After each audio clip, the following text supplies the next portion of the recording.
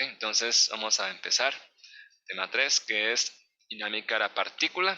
Como hemos explicado un poco, ¿verdad? En la introducción, que cinemática, ¿verdad? Cinemática, vean esta ecuación, ¿verdad?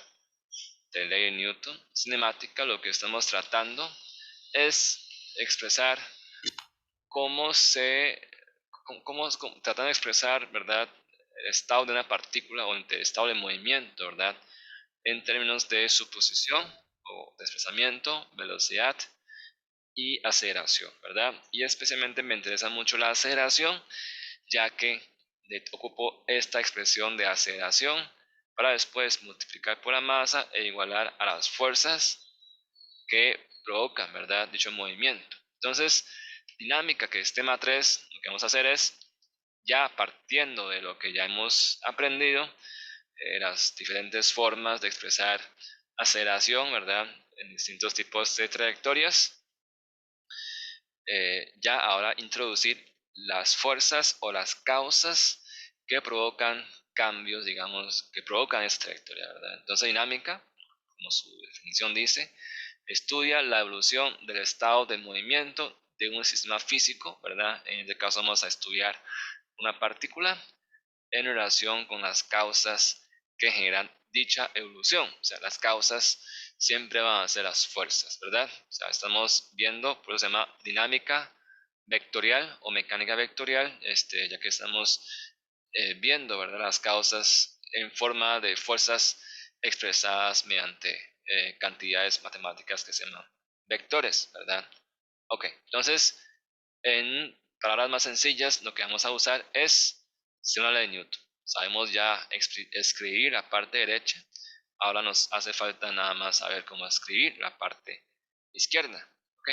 Pero esta ecuación es una ecuación vectorial, ¿verdad? O sea, es una ecuación general. Y en realidad, y de hecho, ¿verdad? Esa ecuación no fue escrita por Newton. Aunque se llama según la ley de Newton, en realidad esta forma, como la conocemos más comúnmente en los libros de texto, es debido a Euler. Lo conocen, ¿verdad? Leonhard Euler. Es un matemático físico, ¿verdad? Es muy famoso.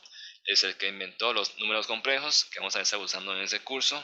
Cuando llegamos a tema de vibraciones, y Euler está en todas, mejor dicho, ¿verdad? Es un señor muy, muy importante en el desarrollo de las matemáticas, en las mecánicas. Después va a haber solución de Euler para problemas de pandeo en una columna. Todo es Euler. Vigas Euler, ¿verdad? O sea, Euler desarrolló todas esas teorías, digamos, que uno usa a diario, ¿verdad? Entonces, esta forma de escribir fuerza igual a masa por aceleración en realidad se debe a Euler, ¿verdad? Newton escribió que fuerza provoca cambio en cantidad de movimiento. No se escribe así, ¿verdad? Entonces el crédito se le da a Euler, ¿verdad?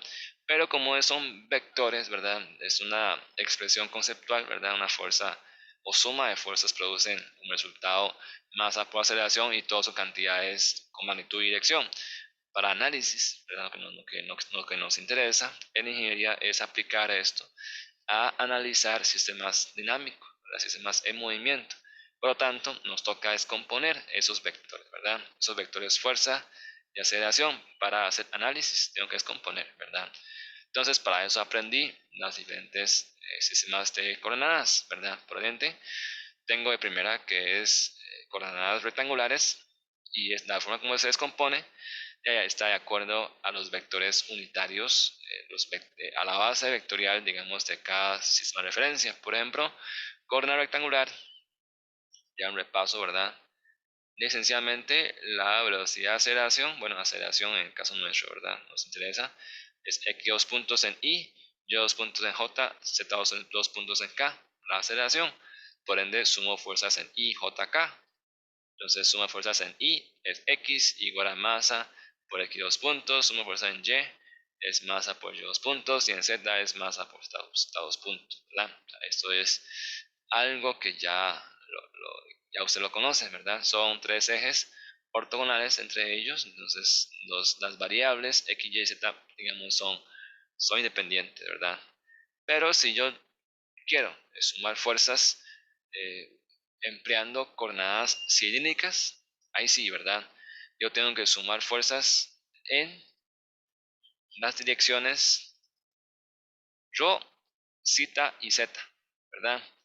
Pero la aceleración en dirección radial y en dirección transversal en zeta ya no es tan sencillo como coordenadas rectangulares, ¿verdad? Ya no es ρ, puntos o zeta 2 puntos, como ya ustedes vieron en el quiz, no es eso, ¿verdad? Vean que la aceleración en dirección radial es ρ puntos menos ρ zeta punto al cuadrado, y en dirección zeta es ρ zeta 2 puntos más 2 ρ punto zeta punto.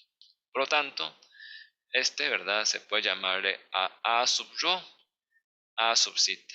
En otras palabras, ¿verdad? Esto es lo que se llama, digamos, se puede también escribir eso como aceleración de x, aceleración en y, aceleración en z, ¿verdad? Esta es aceleración en dirección radial y esta sería aceleración en dirección transversal. Y en z es igual, ¿verdad? No hay diferencia. Sí, entonces tengo que sumar fuerzas. Si yo empleo coordenadas clínicas, sumo fuerzas en ρ, en zeta y en z, ¿verdad? E igualo a la masa por aceleración de cada componente correspondiente, ρ, zeta y z. ¿Okay? Y digamos, bueno, casi al final, intrínsecas, ¿verdad? Es igual, vamos a ver dos componentes que nos interesa, entonces suma fuerzas en n, dirección normal es masa por aceleración normal, ¿verdad? Y en coordenadas intrínsecas es sencillamente ese punto al cuadrado entre la curvatura y la tangencial es ese 2 puntos. Aquí está. En dirección normal es masa por ese punto cuadrado entre la curvatura, y en dirección tangencial es masa por aceleración tangencial, ¿verdad? Entonces, vean que todo lo anterior que aprendemos ahora vamos a vincular con sus causas, con las causas del movimiento o con las fuerzas que provocan esos movimientos y es compuesto, digamos, en el sistema de coordenadas que me conviene. Hay un último que es esféricas, pero ya no les molesto más con esto, ¿verdad? ¿Ok? Entonces, en el primer caso, digamos, ok, de aquí, lo que una vez planteado las ecuaciones, estas se llaman ecuaciones de movimiento. En realidad no se deberían llamar ecuación de movimiento específicamente, ¿verdad? O sea, aquí entre comillas, ¿verdad? Póngale entre comillas. En realidad, ecuación de movimiento, estrictamente hablando, debería ser esa ecuación que resolviendo esa ecuación diferencial, porque siempre implica una derivadas, me permite obtener la función de movimiento, ¿verdad? Función de movimiento, estrictamente hablando, es eso. Aquí son, digamos, ecuaciones, digamos, son ecuaciones diferenciales, mejor dicho, ¿verdad? Que me relaciona las fuerzas con la fuerza de inercia o masa por aceleración, ¿verdad? Y en el caso, ¿verdad? En el caso, digamos, general, digamos, cuando yo conozco las fuerzas, ¿verdad? Las causas del movimiento y deseo resolver el movimiento, ¿verdad? Con la componente o combinando las dos componentes, lo que sea. Si yo deseo resolver cómo cambia la posición, velocidad y aceleración con las fuerzas, especialmente si quiero resolver para la posición en el tiempo, ¿verdad? Resolver, digamos, bajo unas, digamos, dadas las fuerzas que actúan en una partícula, cuál es la evolución, ¿verdad? Su posición en el tiempo, siempre me implica resolver una ecuación diferencial mínimo de segundo orden, de que todos tienen segundo orden, todos, ¿verdad? Todos tienen segundo orden, todos son segundo orden. Entonces, eh, para ese curso de dinámica yo ocupo mucho ecuaciones diferenciales, ¿verdad? Solamente que no es suficiente lo que uno aprende ecuaciones diferenciales, porque las soluciones que uno aprende, digamos, son limitadas, ¿verdad? O sea, y además uno, depende del problema, uno puede salir funciones muy complicadas, ¿verdad? Y su solución puede requerir de técnicas de solución inclusive aproximadas como mediante expansiones series de potencia y todo eso, que ya aquí la idea es no entrar en eso, ¿verdad? Entonces, de los dos tipos de problemas que vemos en ese curso en realidad son didácticas que no requieren de esas soluciones mediante métodos avanzados, ¿verdad? Que ustedes han aprendido en ecuaciones diferenciales, pero la naturaleza del curso es eso, ¿verdad? Que si yo me toca problemas donde conozco las fuerzas y tengo que resolver, digamos, la evolución de su posición en el tiempo, me toca lidiar con ecuaciones diferenciales, ¿verdad? De segundo orden. Causa determina masa por aceleración y aceleración es segunda derivada de posición respecto al tiempo. ¿Okay? Ok, entonces, pero bueno, también existe otro tipo de problemas, ¿verdad? Un tipo de problema es que conozco las fuerzas y tengo que resolver la parte de la derecha, la posición en el tiempo. Y el problema que más, digamos, que son más sencillos y que salen más en los ejercicios de ese curso es cuando ya el movimiento es controlado, es decir, la parte derecha, digamos, las aceleraciones son conocidas y son determinadas a partir de lo que ya muy vimos, ¿verdad? En esos ejercicios de tema 2, por ejemplo, los ejemplos como estos, ¿verdad? Como estos, que el movimiento es controlado, ¿verdad? Como este, movimiento es controlado, como estos, ¿verdad? Estos, la trayectoria ya es conocida, aquí el movimiento es conocido, ¿verdad? Entonces, la mayoría de problemas que vamos a enfrentar son de esos tipos, donde la parte derecha se conoce, ¿verdad? O sea, yo puedo sacar las derivadas de las variables de la coordenada de interés a través de lo que me dice el enunciado, ya que el problema es de una forma controlado, ¿verdad? Es controlado, entonces lo que me queda es despejar incógnitas del lado izquierdo, o sea, despejar alguna fuerza desconocida. Son los dos tipos de problemas, ¿verdad? O resolver para el movimiento, saber cómo es que la posición cambia en el tiempo, o conociendo, ¿verdad? Ya el tipo de movimiento, ya que es controlado, despejo alguna fuerza incógnita como si fuera estática, ¿verdad?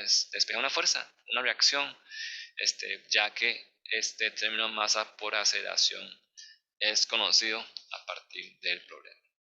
Ok, y antes de entrar a hacer algún ejercicio,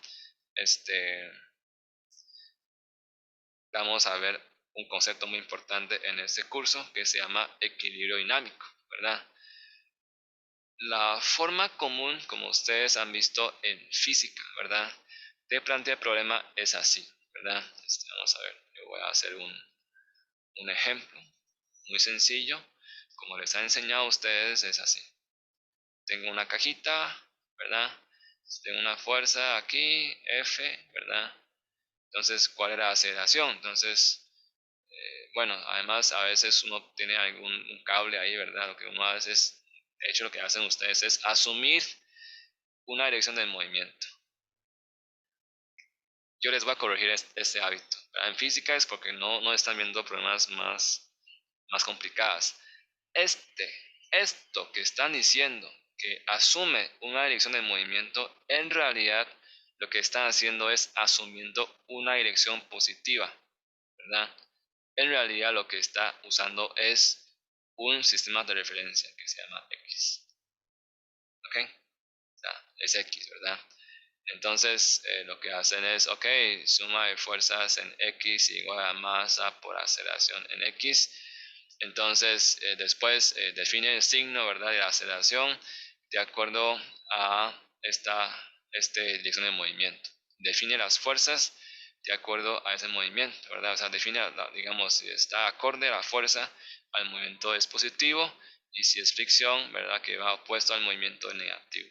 Entonces, para un sistema que ustedes analizan, asumen para todo el sistema una dirección de movimiento. En realidad, lo que están haciendo es asignarle un sistema de coordenadas, ¿verdad? Ahora vamos a ver problemas más complicados que no necesariamente van a tener un movimiento conocido y muchas veces en problemas de sistemas poleas, a veces inclusive el movimiento puede ser, digamos, que no pueden ser, digamos, resueltos a simple vista. Inclusive hay que hacer relaciones y plantear coordenadas para cada partícula y le puede dar relaciones de movimiento negativo, ¿verdad? Y por ende, en ese curso vamos a trabajar siempre con un sistema de referencia para cada masa, cada partícula, ¿verdad? La forma común es, como les decía, bueno, tengo las fuerzas, ¿verdad? tengo las fuerzas y las sumo de acuerdo a la referencia, ¿verdad? En el caso de física 1 es donde asume que es positivo el movimiento, y después igualo a la masa por aceleración, y el signo de esa masa por aceleración me indica si va en el sentido de movimiento o está al revés, ¿verdad?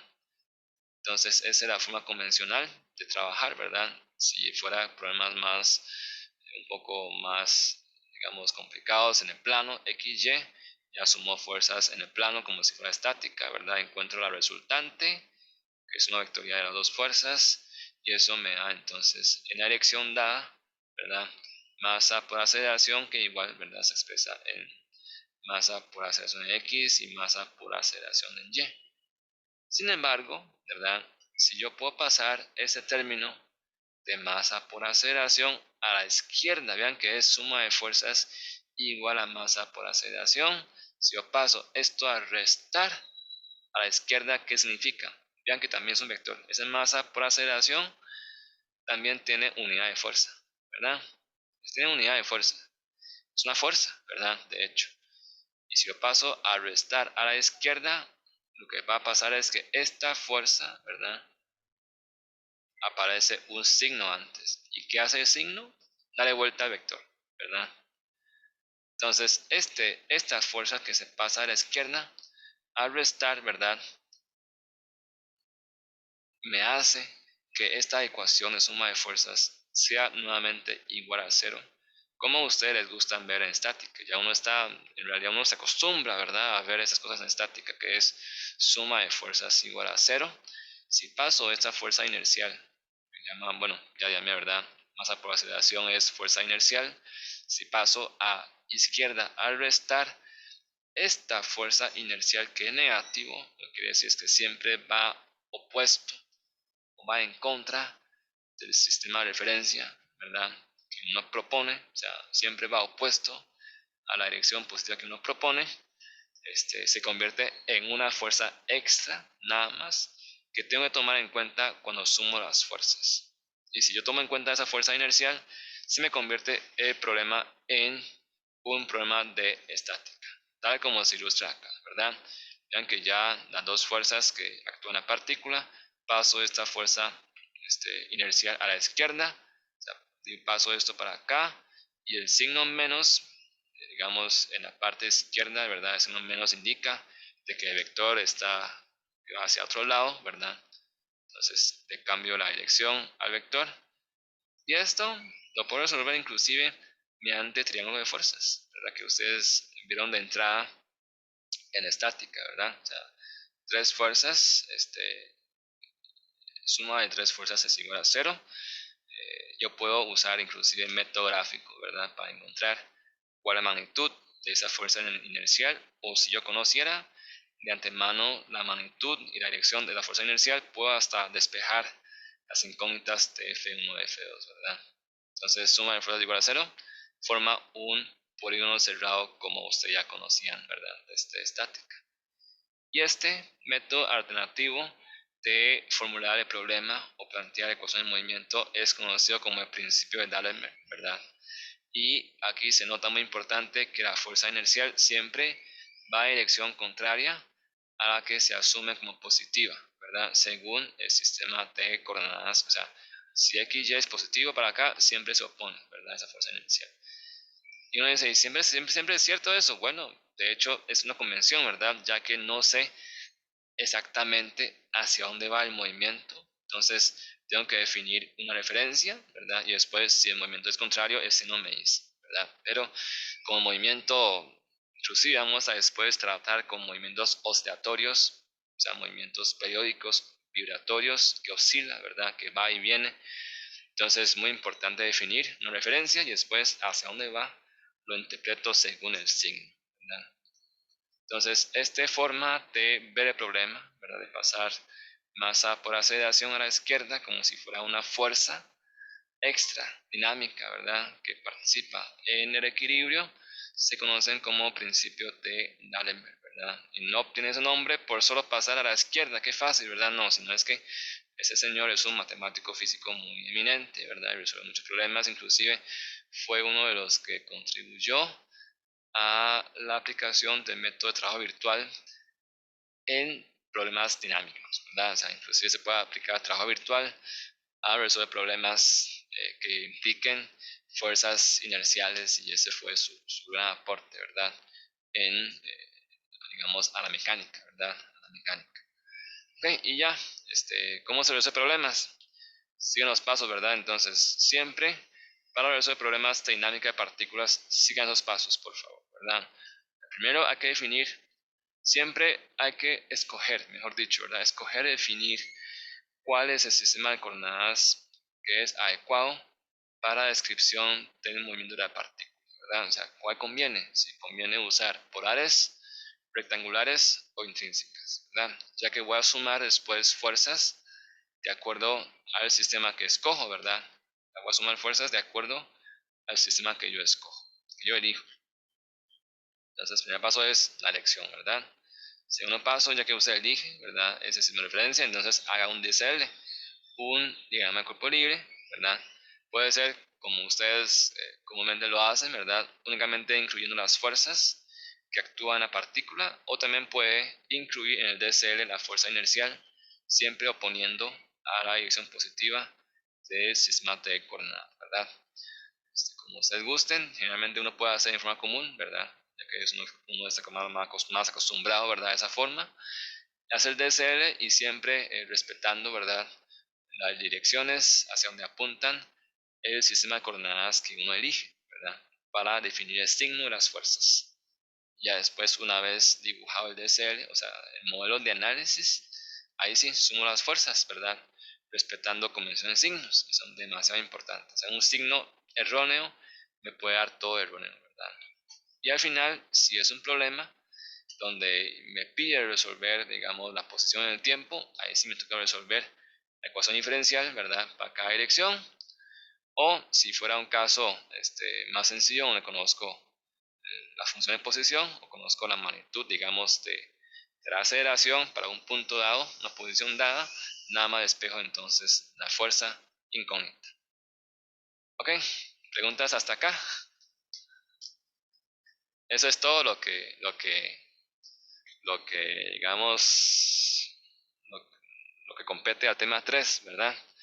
Ya, lo que vamos a hacer es, digamos, enlazar lo que ya vimos en tema 2 ahora con lo que ya ustedes han visto en estática, con todas las fuerzas que pueden participar en una partícula.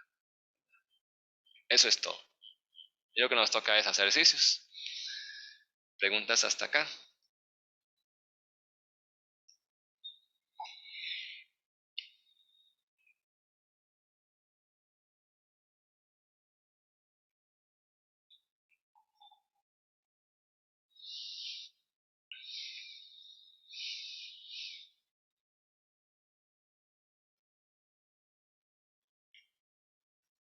No.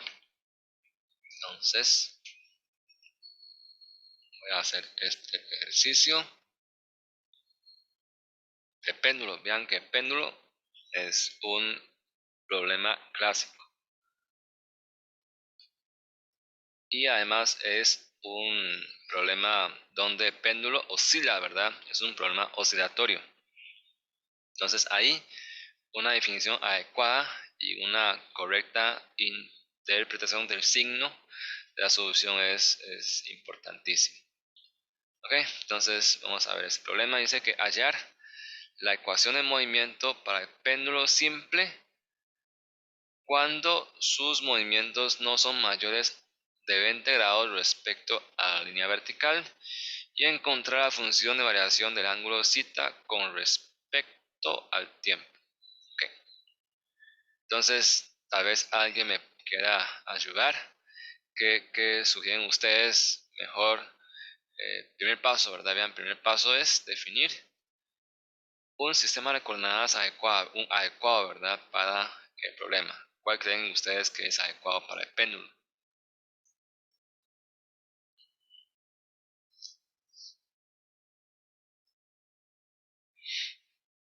De todos yo conozco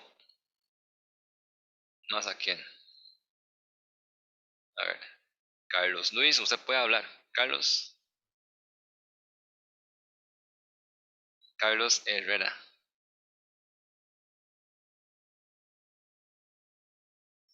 ¿Dónde está?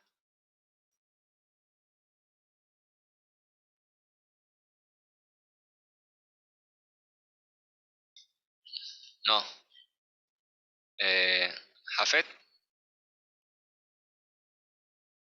o está en sala de cómputo. ¿Qué tal, profe? Jafet, ¿todo bien? ¿Sí puede hablar? Ujú, sí, sí. Sí. ¿Cuál sistema de coordenadas cree usted que es adecuado para resolver péndulo simple? Y yo creería que si se usa el punto, digamos, del pivote, usar como coordenadas polares, porque el movimiento es como una similitud de circular. Ok, muy bien, perfecto, ¿verdad? Si ustedes ven, o sea, es un pivote, ¿verdad?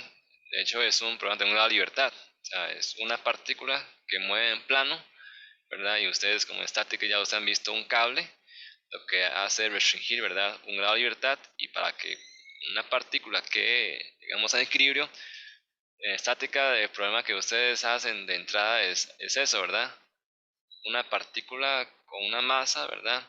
Sostenida por dos cuerdas y para encontrar tensión y estar en equilibrio, ¿verdad? Entonces, cada uno elimina un grado de libertad y cuando suelto un cable me queda un grado de libertad sin restringir. Ese grado de libertad sin restringir es este cita, ¿verdad? Entonces describe un movimiento circular y si es circular conviene usar polares, ¿verdad? Esos tipos de reconocimientos son muy importantes antes de empezar, o sea, y de hecho, en ese curso yo creo que la mayoría de problemas va a ser en coordenadas polares, porque rectangulares ya ustedes usan hasta, ya lo han usado mucho, ¿verdad? En física. Lo que queremos es que traten de salir, ¿verdad? De zona de confort, ¿verdad? O sea, traten de aprender, digamos, el uso de digamos, de los sistemas de coordenadas correctamente, ¿verdad? Para poder resolver problemas más complejos y en forma, digamos, rigurosa. Ok, entonces coordenadas polares y una vez cogido podemos resolver el problema. Para resolver el problema, ¿verdad? Aquí es que uno se le da un dibujo inclusive, ¿verdad? Cuando uno quiere resolver el problema en dinámica, digamos, la inquietud que viene después es, bueno, en estática yo sé que la cosa está quieta, ¿verdad? No se mueve. Y uno hace el DSL algo que está quieto, no hay problema. ¿Cómo hago un DSL algo que está en movimiento? ¿Cuál posición hago el DCL? ¿Verdad? Esa es la gran pregunta. Ok, la respuesta es, si yo quiero hacer un DCL, ¿verdad? De algo que está en movimiento, de una partícula en movimiento, tengo que garantizar que el DCL y la posición que hago el DCL tome en cuenta el grado de libertad que estoy analizando. O sea, por ejemplo, si yo hago el DCL en la posición vertical y yo hago corte aquí, ¿verdad? Y yo sumo fuerzas, ok, aquí es E sub rho, es subcita, lo hago en posición vertical, aquí es tensión, aquí es peso, yo voy a decir que está en equilibrio, no hay fuerza, no hay movimiento, ya es que lo hizo en la posición donde no participa grado de libertad. Entonces, para problemas de estática tengo que hacer DCL para una posición, digamos, generalizada, una posición, mejor dicho, representativa del movimiento, que participe grado de libertad. ¿Y cuál es grado de libertad? Cita, ¿verdad? Cita es ese ángulo que va variando, ¿verdad? Y que define la posición de la masa del péndulo, ¿verdad? Entonces tengo que hacer para una posición donde esté este ángulo cita participando, ¿verdad? Pero puede ser, bien que puede ser para acá, ¿verdad? En la posición mostrada, o también puede ser hacia otro lado. ¿Qué cambia? No debería cambiar la solución, pero vamos a ver, ahora vamos a ver un detalle de eso. Entonces, por un momento voy a hacer un DCL para la posición mostrada, ¿verdad? Que está acá.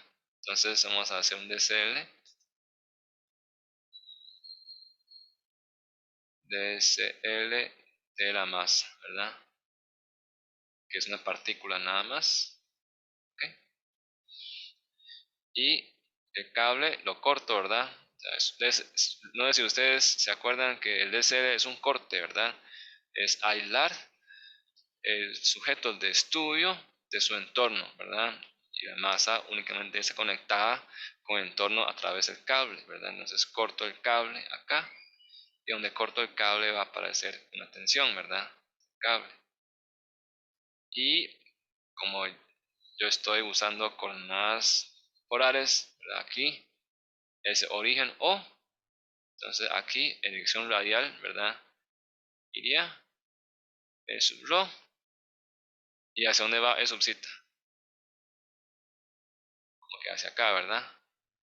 Parece, ¿verdad? Hacia acá, rho zeta z. Okay. Entonces aquí le voy a poner, aquí va E sub rho, E sub zeta, y aquí zeta. Y este pesa, ¿verdad? Masa por gravedad. ¿Falta algo? ¿El DSL? Creo que no, ¿verdad? Parece que ya no falta nada, ya eso sería, ¿verdad? Entonces vean ¿qué hice yo? Escogí sistema de coordenadas, ¿verdad? En ese caso es polar. Entonces defino referencia, defino origen, ¿verdad? Donde voy a ubicar, por supuesto que acá, porque el movimiento es circular respecto al pivote, ¿verdad? Donde está anclado el cable. E sub rho va en dirección radial, ¿verdad? E sub zeta, dirección transversal, z no importa porque el movimiento es plano.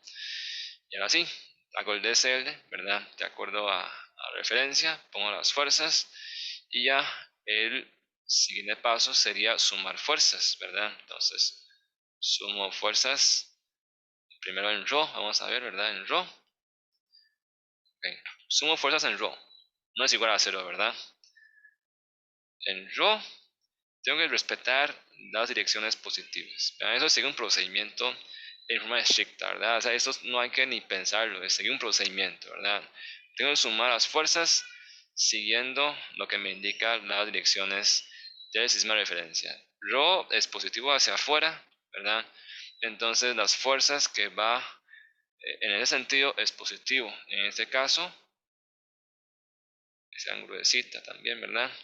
Entonces, mg cosita es positivo. Menos tensión, ¿verdad? Que negativo porque va opuesto a la dirección E sub rho, ¿verdad?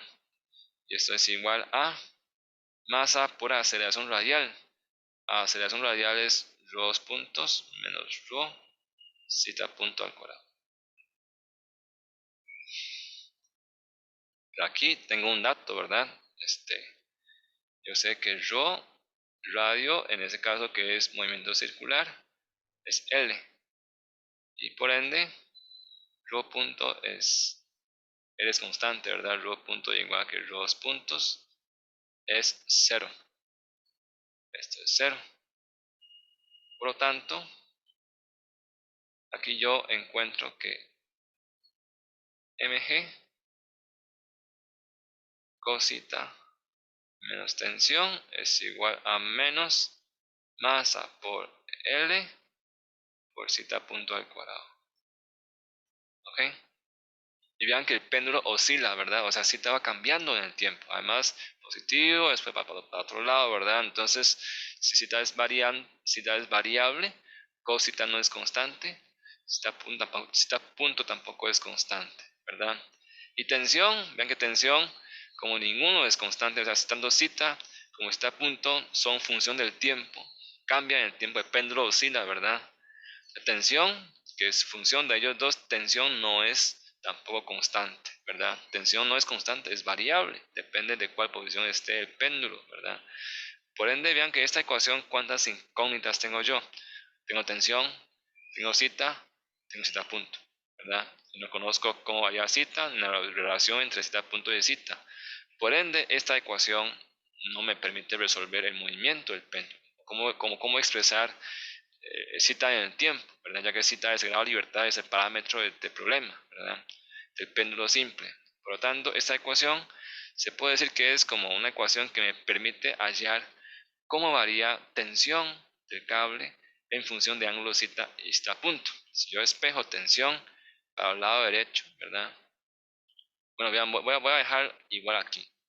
Voy a dejar aquí menos tensión más mg cosita más ml zeta punto al cuadrado igual a 0. Voy a escribir primero aquí, así, para que vean que si yo paso esta fuerza, que se llama fuerza inercial, en la dirección radial a izquierda, vean que se pasa a sumar. ¿Qué quiere decir?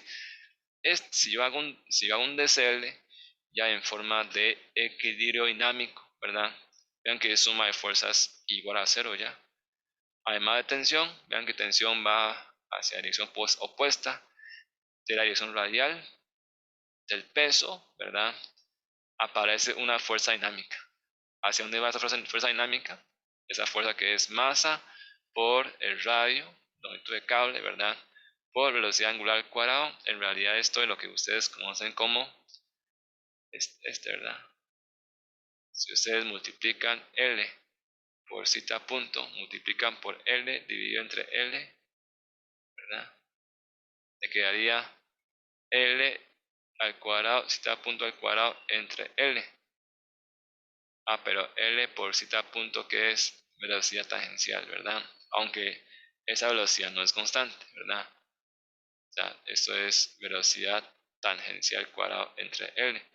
Esa es lo que ustedes llaman fuerza centrípeta. Perdón, aceleración centrípeta. Pero vean que al pasar a la izquierda, ¿verdad? Como una fuerza además, como una fuerza inercial, una fuerza dinámica, ¿verdad? O una fuerza ficticia, o sea, recibe nombre de fuerza inercial, fuerza ficticia, ¿verdad? Vean hacia dónde va esta fuerza. Si yo dibujo esta fuerza en el DCL, ml este punto al cuadrado positivo, ¿hacia dónde iría? Vean que esta fuerza iría hacia afuera.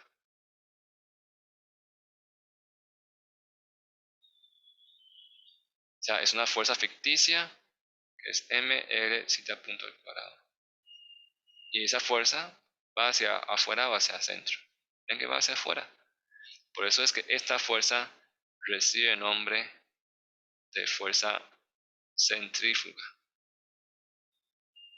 que en física le llama que eso no es correcto. En realidad depende de su punto de vista, ¿verdad? O sea, cuando yo estoy viendo como una fuerza, y que es una fuerza que siente el cable, de cuando ese péndulo está en movimiento, mientras más rápido es su velocidad, más experimenta esa fuerza centrífuga, ¿verdad? Sabían que es una fuerza que va hacia afuera, como que la partícula tiende a salir, ¿verdad? Quiere salirse, y eso provoca, digamos, un aumento de tensión, ¿verdad? Ya que si espejo tensión, ya ahora sí, ¿verdad? Si espejo tensión, queda tensión igual a mg cosita más ml zeta punto al cuadrado. Y vemos, ¿verdad? Otra acotación. Vean que entonces en los problemas dinámicos las fuerzas siempre quedan en términos de... Este es un término estático, ¿verdad? Vean que las reacciones que extensión de cable están en función de dos términos.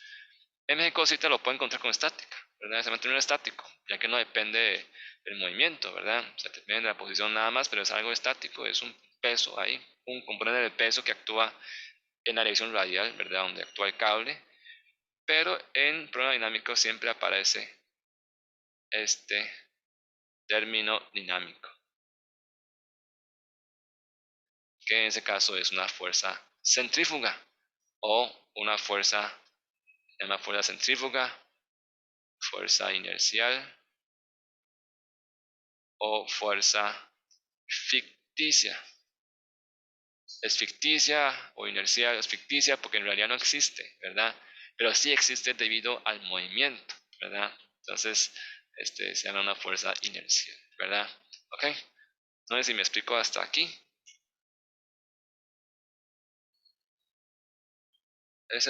Vean que en un programa tan sencillo se puede entrar a entender un poco el sentido de cada término, o sea, lo que buscamos en los cursos de mecánica, estática, dinámica, sólidos, no es aplicar ecuación, sino es entender, ¿verdad? ¿Qué quiere decir cada término? O sea, qué información me está dando, ¿verdad? Es lo que estamos buscando. ¿Okay? Entonces vean que esa ecuación no me permite resolver el movimiento, o sea, no me permite obtener lo que se llama la ecuación de movimiento, ya que lo que obtengo yo aquí es una función de tensión, o sea, eso es una función de tensión en términos de cita y cita punto.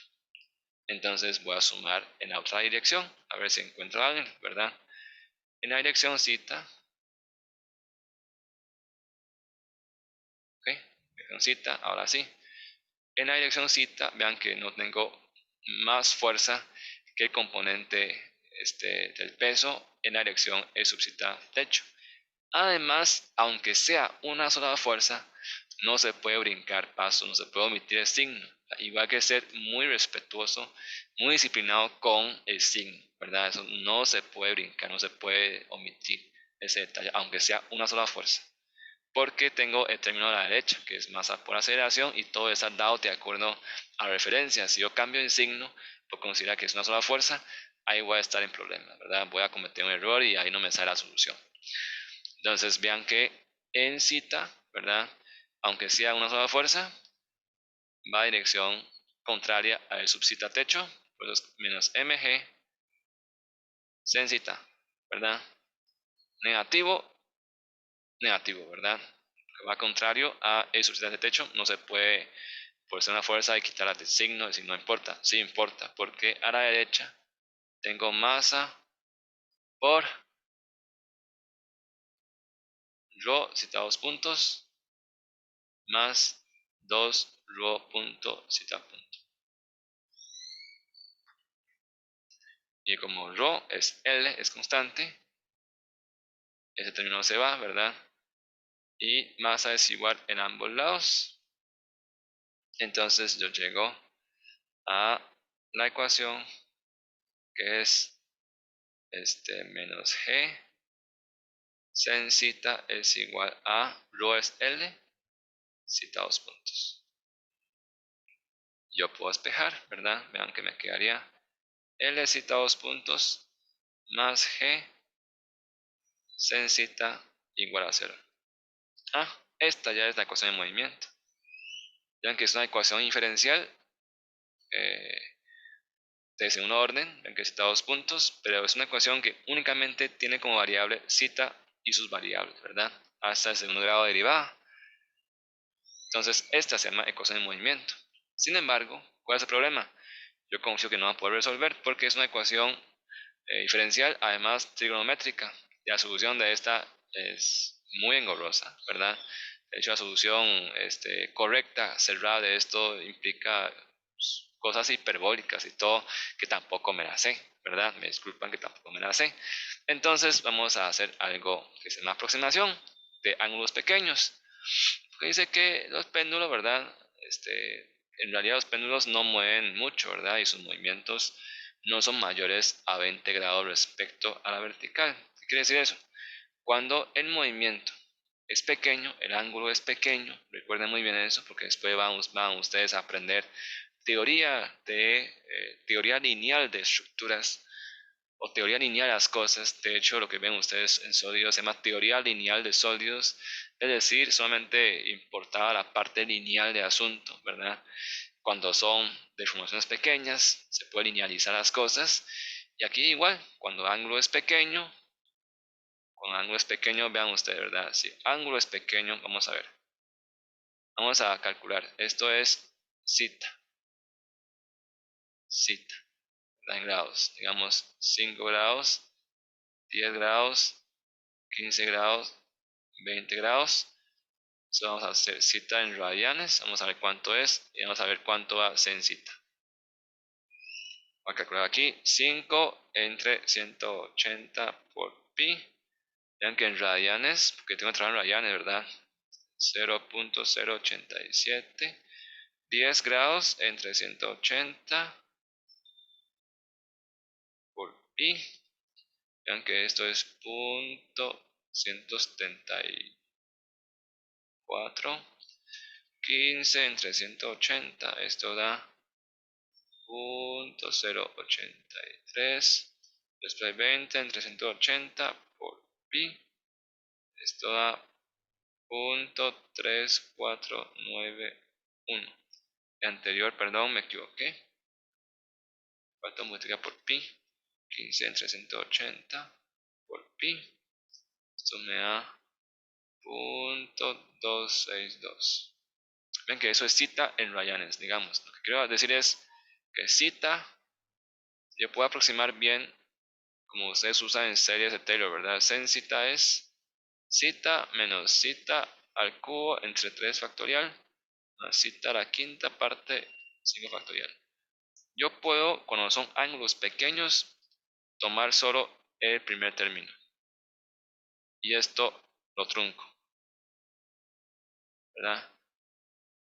Para ángulos, perdón, para ángulos pequeños, ¿verdad? Se llama eso linealizar, ya que convierto una función no lineal, que es seno, en una función lineal, que es función de zeta. Vamos a ver si es cierto, ¿verdad? Por eso que comparo radianes, ¿verdad? Zeta en radianes para ángulos pequeños hasta 20. Ahora calculo sen zeta, sen de 5. ¿Cuánto da? Vean que sen de 5 grados me da 0.087 exacto, ¿verdad? 10 grados seno me da 0.174. Vean que es igual. 15 seno me da 0.259. Casi igual, ¿verdad? 20 seno me da 0.342. Se dice, profe, pero da diferente. Bueno, tercera decimal, ¿verdad? Si ustedes, no, como les comentaba en curso de talla de introducción, ¿verdad? Cuando usted va a construir un péndulo, ¿verdad? Cuando va a hacer un péndulo, con todas las imperfecciones de fabricación y todos los problemas que hay en la construcción, ¿importaba el tercer término? Confío que no, ¿verdad? O sea, inclusive con que cumple el primer término ya está muy bien, ¿verdad? O sea, para términos prácticos y lo que uno busca, que es llevar algo a la realidad, en realidad estas imprecisiones no importan, para nada, ¿verdad? Entonces, hasta 20 grados más o menos, la aproximación de sen zeta como zeta es totalmente válido, ¿verdad? Hacer una aproximación para ángulos pequeños o linealizar el problema. Entonces, como no tenemos solución para esa ecuación diferencial, ¿verdad? Vamos a usar esta aproximación, ¿verdad? Entonces, aproximación, ¿verdad? Aproximar con sen de zeta, aproximar igual a zeta. Llego a la solución que es L zeta 2 puntos más G zeta igual a 0. Ahora sí, ¿verdad? Ya esta forma usted la conoce. Esta se llama ecuación diferencial ordinaria de segundo orden.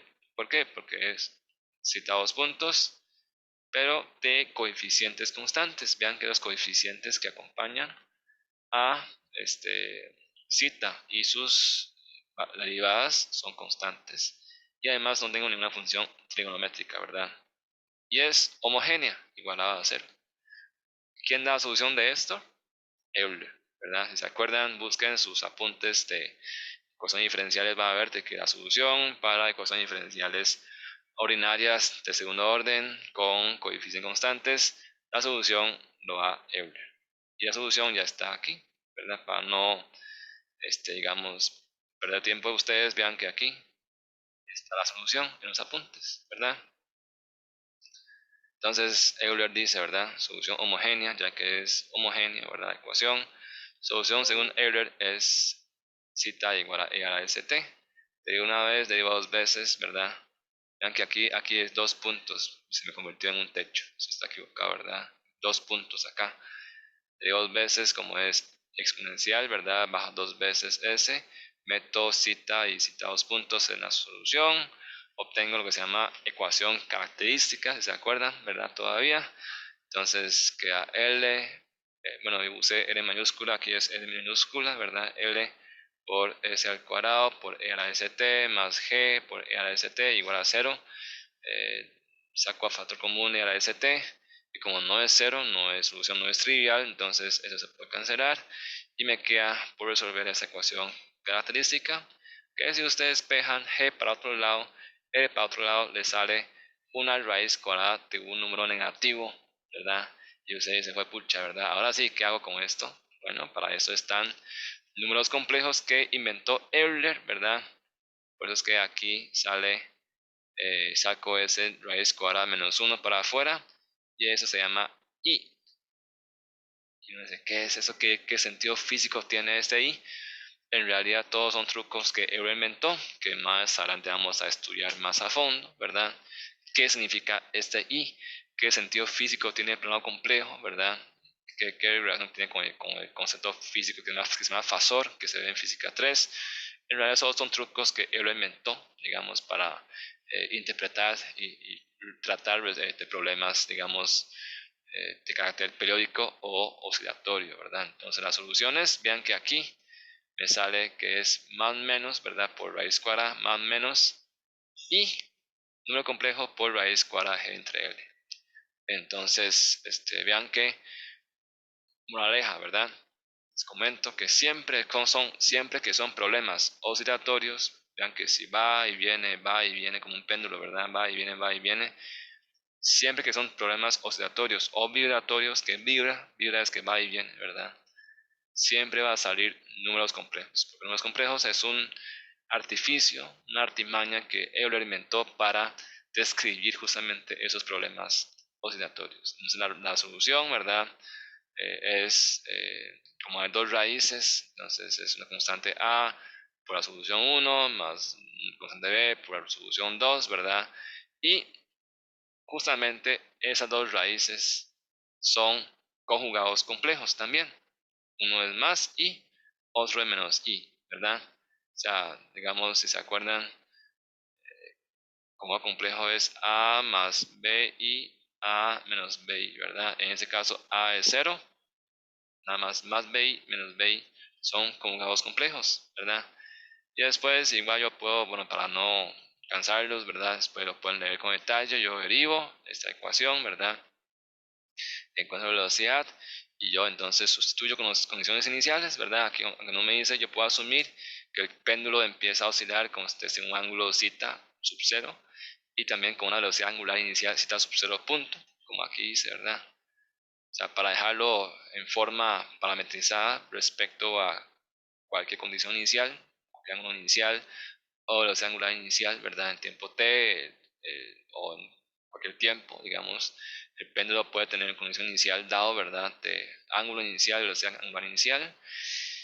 Y entonces yo, a partir de las dos ecuaciones, sustituyendo tiempo igual a 0, ¿verdad? Entonces, aquí es 0, me queda que zeta sub 0 es a más b, y con velocidad angular, ¿verdad? En tiempo 0, que es igual a zeta sub 0 punto, me queda igual entonces con esa ecuación que es derivada de esa ecuación, ¿verdad? Entonces, la derivada es bajar esto, ¿verdad? Bajar este i raíz cuadrada g entre L para abajo, también que para abajo. Entonces me queda entonces es i por raíz cuadrada g entre L, ¿verdad? De a menos b, ¿verdad? Yo puedo pasar este número complejo a la izquierda, ¿verdad? Y normalizo, ¿verdad? Y cambio de signo. Entonces, para encontrar quién es a y quién es b, tengo que resolver entonces un sistema de ecuaciones lineales, ¿verdad? Ecuación 1, ecuación 2. Una forma práctica es sumar y restar ambas ecuaciones por ambos lados, ¿verdad? Digamos, esto es igual que este es igual que este, entonces yo puedo sumar el lado izquierdo y el lado derecho, me da igual, ¿verdad? Hay una igualdad en ambos lados, entonces sumo ambos lados, vean que si sumo ambos lados se me cancela a menos a, ¿verdad? Me queda 2b, y si resto ambos lados me queda a menos a, queda 2a, y me queda b menos b, me queda 2a, puedo despejar a, ¿verdad? Entonces usando esta estrategia, despejo a y b, ¿verdad?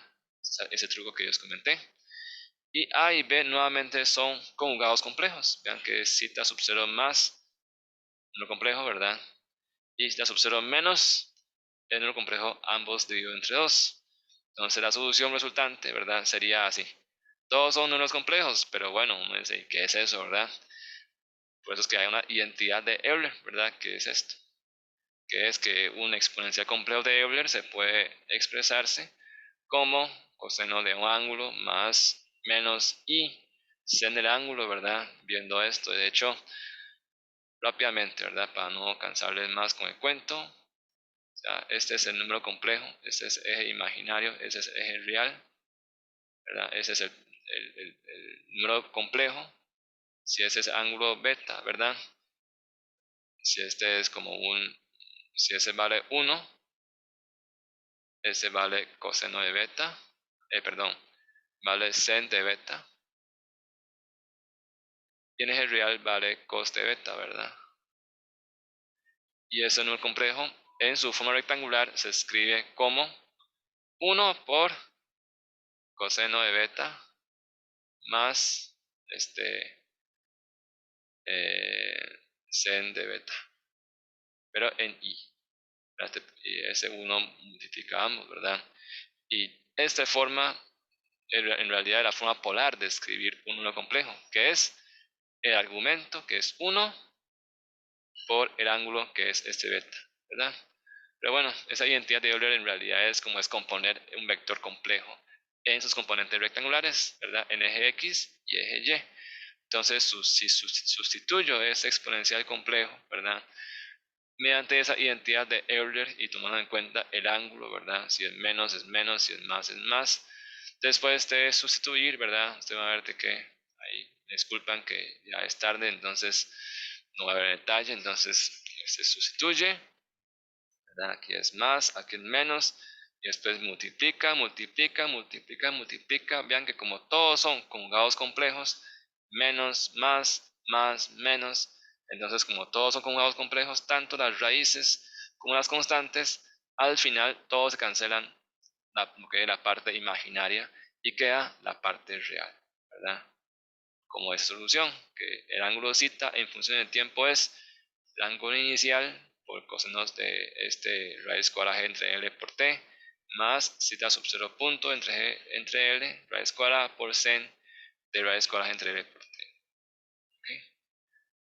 Entonces, voy a dejar hasta acá, ¿verdad? Clase de hoy. Para el jueves, yo creo que sí podemos dejar la clase asincrónica para que la puedan ver cuando ustedes gusten.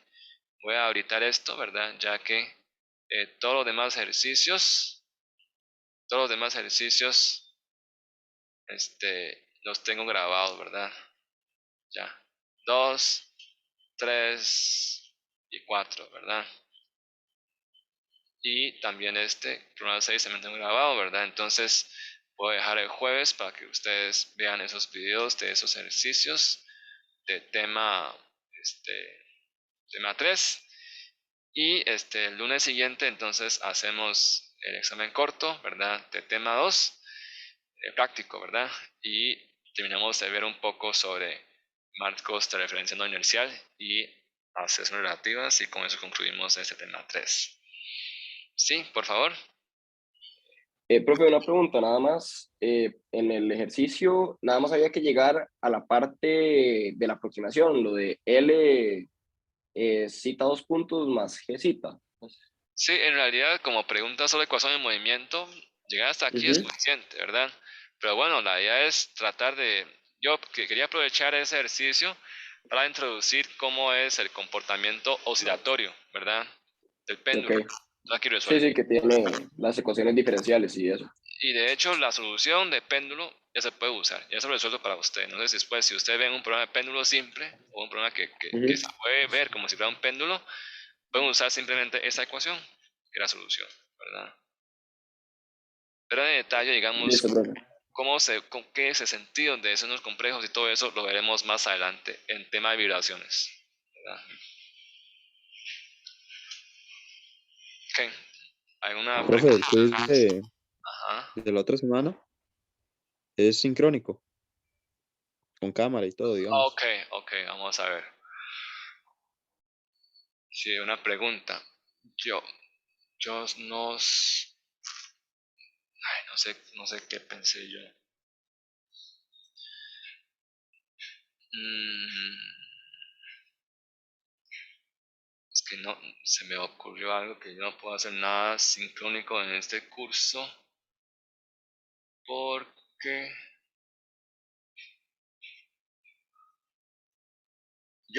vean, yo creo que yo no puedo hacer quizzes sincrónicos.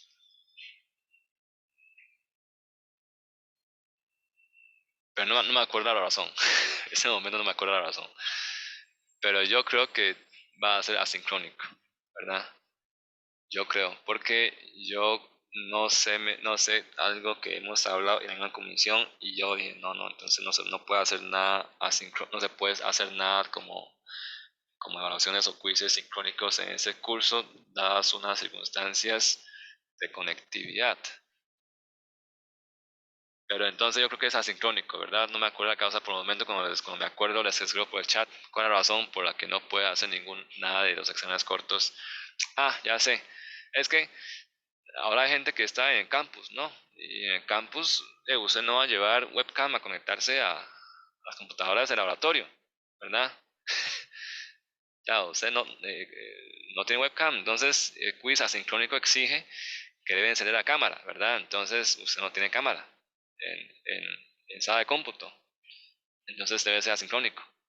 No sé si me explico. Entonces va a ser asincrónico para que las hagan ahí cuando gusten, ¿verdad? No copien, ¿verdad? Porque si copian, pues van a ver que van a salir muy mal en examen presencial, ¿verdad? Examen presencial es no pueden copiar, ¿verdad? Y ahí ya no hay nada que hacer, ¿verdad? Ok, entonces quizzes son para que practiquen, fogueen un poco, ¿verdad? Antes examen presencial, para que no les agarre, digamos, ahí examen presencial, digamos, con sorpresas o que ya no pueden hacer nada, porque, bueno, ok, Ok, y otra pregunta, profe, con respecto al quiz igual. ajá. eh, ¿Es selección única, como dijo? Pero es práctico. ¿Tenemos que subir como un procedimiento o algo así o nada más y marcamos la respuesta Yo, de selección única? Ya. yo siempre les pido que suban la solución, ¿verdad? Aunque no sean calificados, porque eventualmente si uno, como pasa antes, ¿verdad? Si uno llega al final del curso y debe puntos, ¿verdad? Entonces, digamos, a veces sección única puede ser que falló todas, tiene un cero a veces porque de aso y descuido que no pudo hacer bien, este, entonces digamos que perdió una nota, ¿verdad? Y que por la modalidad de examen, digamos que es sección única, comprometida el curso me parece un poco injusto, entonces ahí sí, entonces yo me pongo a revisar ya lo que ustedes hicieron, ¿verdad? A mano, ahí para, digamos, tener evidencia suya de que, ok, si realmente solucionó el examen, cometió error aquí, entonces puede tener tantos puntos y eso después es una salvada, ¿verdad? Para el final. Entonces yo siempre recomiendo que suban a solución, ¿verdad? Aunque no se califica en ese momento. De acuerdo, gracias. Ok, con gusto. ¿Hay alguna pregunta más?